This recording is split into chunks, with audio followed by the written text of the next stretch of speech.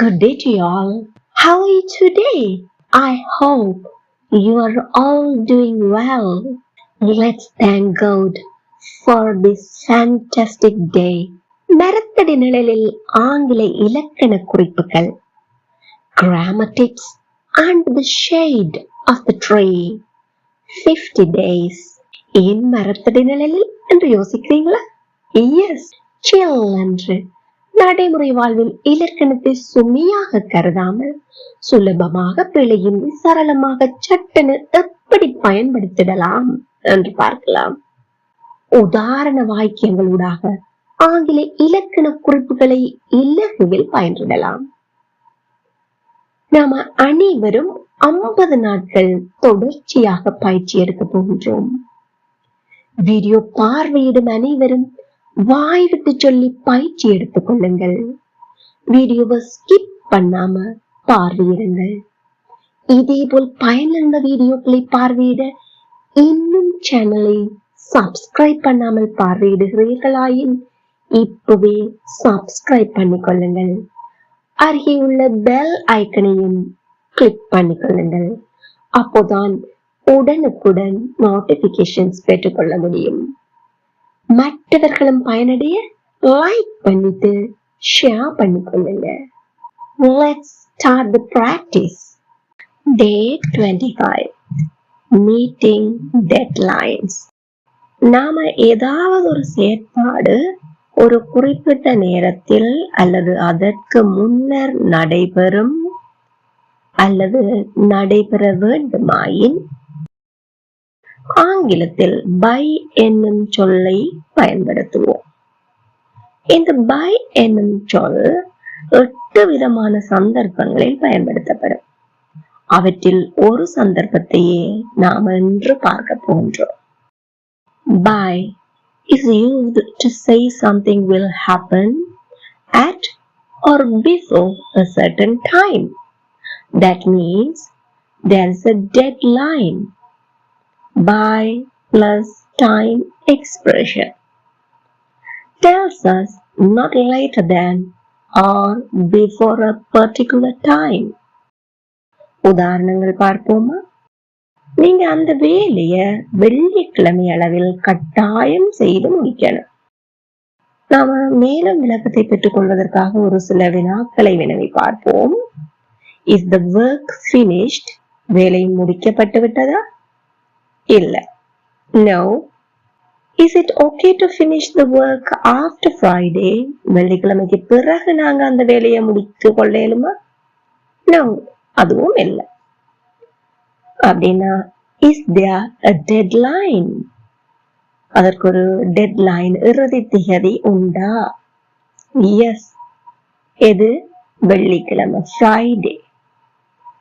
Is the work finished sometime between now and Friday? அந்த வேலை இப்ப இருந்து வெள்ளிக்கிழமைக்கு இடையில இருக்கின்ற அந்த காலப்பகுதியில ஏதாவது ஒரு நேரத்துல முடிக்கப்படுமா? ஆம். ஏன்? வெள்ளிக்கிழமை தான் டெட்லைன். சோ இப்ப இருந்து வெள்ளிக்கிழமைக்கு எப்ப வேணுமென்றாலும் முடிக்கப்படலாம். But it should be finished by Friday.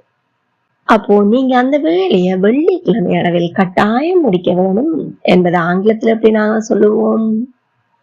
You must finish the work by Friday. By plus time expression. You must finish the work by Friday. You must finish the work by Friday. Again, you must finish the work by Friday. மற்றொரு உதாரணம் பார்ப்போமா?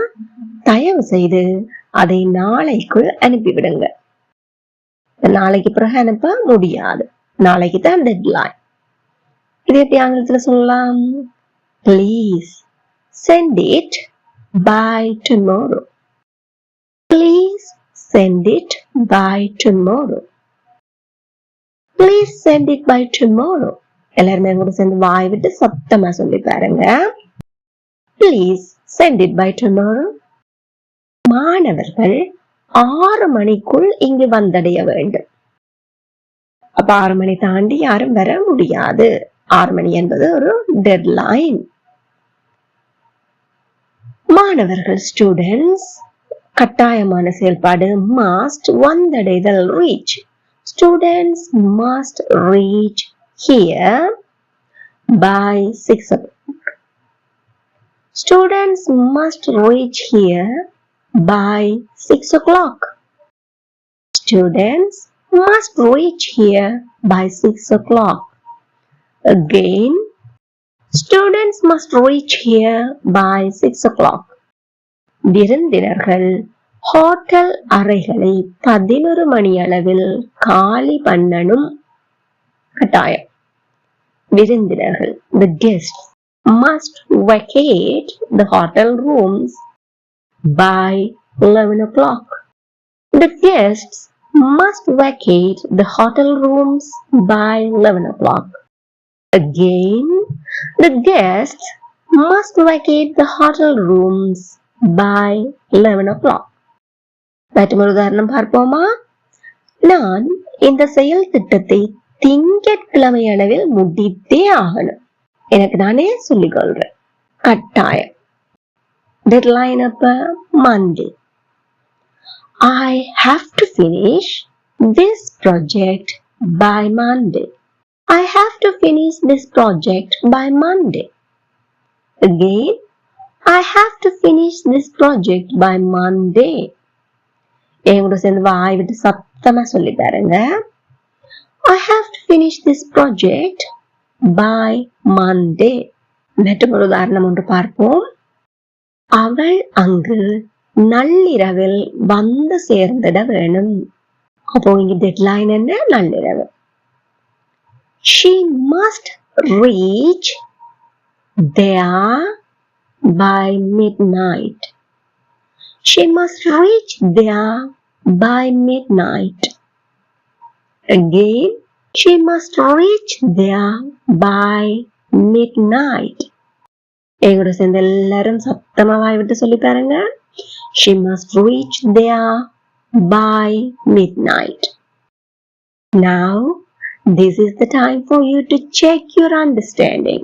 உங்களுக்கு எவ்வளவு புரிஞ்சிருக்கண்டு check பண்ணி பாருங்க.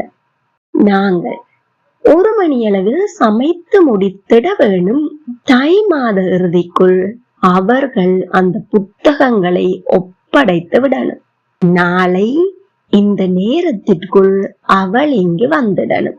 இப்போ உங்களுடைய விடைகளை கமெண்ட்ல சொல்லுங்க. இது தொடர்பாக உங்களுக்கு ஏதாவது சந்தேகங்கள் இருப்பின் அவற்றையும் கமெண்ட்ல பதிவிடுங்க.